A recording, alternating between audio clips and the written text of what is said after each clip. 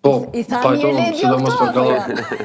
Po, patjetër, sidomos për Gallapinin mendoj që është një top prurje te ekipi i Kosovës, një lojtar modern, siç e tha edhe Ledjo, në stilin e Mario Mitaj dhe lojtarët me këmbë të majtë, sidomos që mund të luajnë në dy tabore si të mbrojnë edhe të sulmojnë, janë lojtarë shumë interesant për secilin trener dhe mendoj që Gallapini do të ketë, nëse ka dhe fat, do të ketë ndoshta një curi ende më të madhe.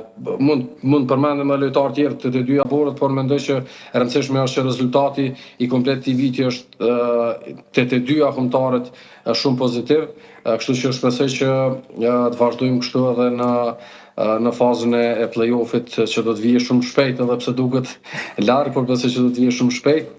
Uroj që lojtarët të jenë të shëndetshëm, pra të mos jenë të lënduar dhe të jenë pikërisht sepse gjatë këtij viti nëse e shihni pak para fazës kualifikuese disi shpërthenin lojtarë shqiptar. Po flas të dyja taborët në një formë. Do të thotë ndoshta 2 javë ose 1 muaj para grumbullimeve pikërisht shënonin rresht edhe lojtarët Dardan, por edhe lojtarët Kuqezi, kështu që mendoj edhe uroj që vazhdojnë të jenë të shëndetshëm, të kenë fat edhe të shënojnë, asistojnë, bëjnë punën e tyre. Një tjetër rikthim të paktën duket në fund vitit, nuk dua ta marrim sysh, është edhe Armando Broja me performanca shumë të mira, shpresoj që lëndimi i dieshëm mos ketë probleme në ndeshje. Po shpresojmë që jo. Esmeralda është një emër që kur flitet për kombëtarin e shqiptarit futbollit, pritshmëritë më të larta janë tek ai.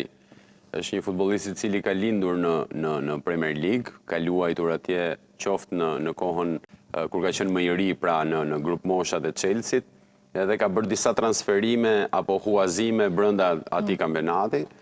Është një lojtar i cili potencialin e ka jashtëzakonisht të madh. Pra, të paktën memorien time në vitet e fundit, aq sa unë kam ndjekur futboll, një lojtar shqiptar me një potencial të tillë rrallë kemi parë. Kështu që pritshmëritë për të janë të larta, urojmë që siç po e mbyll, le të themi vitin 2025 këtë muajin e fundit specifikisht, shpresoj ta vijoj edhe në 2026 dhe pse jo të rritet sepse ka goxha marsh. E vërtet, por kam përshtypjen ndoshta ky është momenti i kthesës se pas 3 viteve për të harruar të Po sepse shiko, gjatë këtyre 3 viteve ka pasur goxha probleme, qoftë dëmtim pas dëmtimi, dëmtimet janë kryesore, po edhe pjesa e tij emocionale nuk ka qenë në atë nivel për të përballuar, le të themi, atë rikthimin e fuqishëm pas atyre dëmtimeve të njëpasnjëshme që i ndodhen. Tani vazhdimësia në fushë tregon që lojtari fizikisht po përgatitet për të qenë edhe më mirë, sepse kur merr 90 minuta ndeshje pas ndeshje, edhe fiton edhe besimin e trajnerit, kjo tregon që ana e tij fizike është, le të themi, në krahun e tij. Tani të shpresojmë që të shënojë sa më shumë gola, të ketë sa më shumë minuta në këmbë, edhe të jetë një hap çdo muaj edhe një hap edhe më tepër tek goli i shënuar për pos humbjes, ishte një paraqitje pozitive e Brojës me skuadrën e Burnley.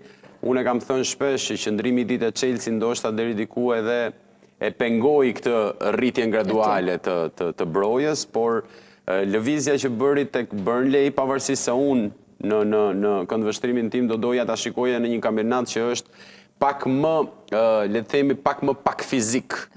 Se të kampionati anglez. Për që edhe ai të fitoj besimin vetvete, po edhe të fitoj edhe le të themi, t'i japi mundësi vetes për të qenë një nivel më lartë, sepse i ka të gjitha kushtet për të qenë.